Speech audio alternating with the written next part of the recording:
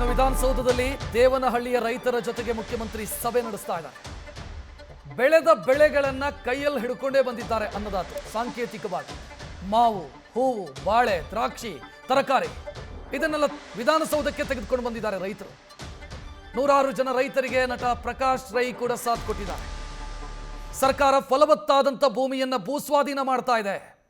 ಒಂದು ವೇಳೆ ಸರ್ಕಾರ ಭೂಸ್ವಾಧೀನ ಮಾಡಿಕೊಂಡ್ರೆ ಈಗ ನಾವೇನು ಬೆಳೀತಾ ಇದ್ದೀವಿ ಇದೆಲ್ಲವೂ ಕೂಡ ಇಲ್ಲದಂತಾಗತ್ತೆ. ಅಂದರೆ ಅನ್ನದ ಬಟ್ಟಲಿಗೆ ಕೈ ಹಾಕ್ತಿದೆ ಸರ್ಕಾರ ಅಂತ ಸಾಂಕೇತಿಕವಾಗಿ ತಾವು ಬೆಳೆದಂಥ ಬೆಳೆಯನ್ನ ಹಿಡ್ಕೊಂಡು ವಿಧಾನಸೌಧಕ್ಕೆ ರೈತರು ಬಂದಿದ್ದಾರೆ. ನೀವು ಗಮನಿಸ್ತಾ ಇದ್ದೀರಿ.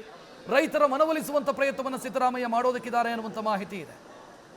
ಸಾವಿರಾರು ದಿನಗಳಿಂದ ಈ ಹೋರಾಟ ನಡೀತಾನೆ ಇದೆ. ಭೂಸ್ವಾಧೀನದಿಂದ ಕೈ ಬಿಡಿ ಅಂತ ಕೇಳ್ತಾನೆ ಇದ್ದಾರೆ, ಬಟ್ ಆಗಿಲ್ಲ. ಸದ್ಯ ನಿರ್ಣಾಯಕ ಹಂತಕ್ಕೆ ಬಂದಿದೆ ರೈತರ ಹೋರಾಟ.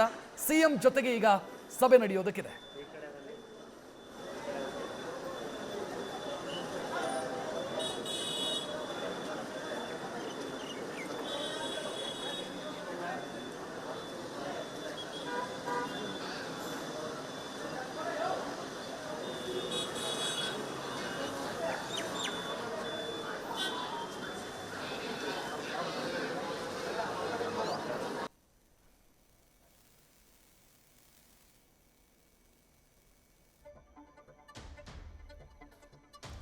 ಹೆಚ್ಚಿನ ಡೀಟೇಲ್ ಇಡೋದಕ್ಕೆ ನಮ್ಮ ಪ್ರತಿನಿಧಿ ಹರೀಶ್ ಫೋನ್ ಸಂಪರ್ಕದಲ್ಲಿ.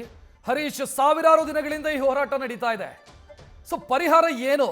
ಸಿಎಂ ಕೈಯಲ್ಲೇನಾದ್ರೂ ಇದನ್ನ ಸರಿಪಡಿಸುವಂತ ಸಾಧ್ಯತೆಗಳಿದಾವ? ಯಾಕಂತಂದ್ರೆ ರೈತರು ತಮ್ಮ ಬೇಡಿಕೆಯ ಬಗ್ಗೆ ಸ್ಪಷ್ಟ ಇದ್ದಾರೆ. ಬಹಳ ಮುಖ್ಯವಾಗಿರುವಂತದ್ದು ಸಿಎಂ ಸಿದ್ದರಾಮಯ್ಯ ಅವರ ನೇತೃತ್ವದಲ್ಲಿ ವಿಧಾನಸೌಧ ಸಮ್ಮೇಳನ ಸಭಾಂಗಣದಲ್ಲಿ ಈಗಾಗಲೇ ಕೂಡ ರೈತರ ಸಭೆಯನ್ನು ಕೂಡ ಆರಂಭವಾಗಿದೆ.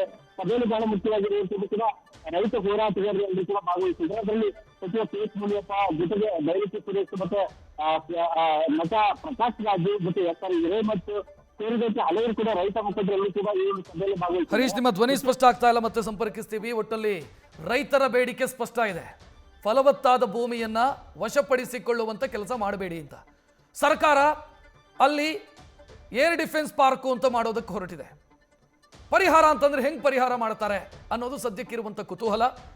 ರೈತರ ಬೇಡಿಕೆ ಸ್ಪಷ್ಟ ಇದೆ. ನಾವು ಬಿಟ್ಟು ಕೊಡಲ್ಲ ನಮ್ಮ ಭೂಮಿಯನ್ನ ಅನ್ನೋದು ರೈತರು ಸ್ಪಷ್ಟವಾಗಿ ಹೇಳ್ತಿದ್ದಾರೆ.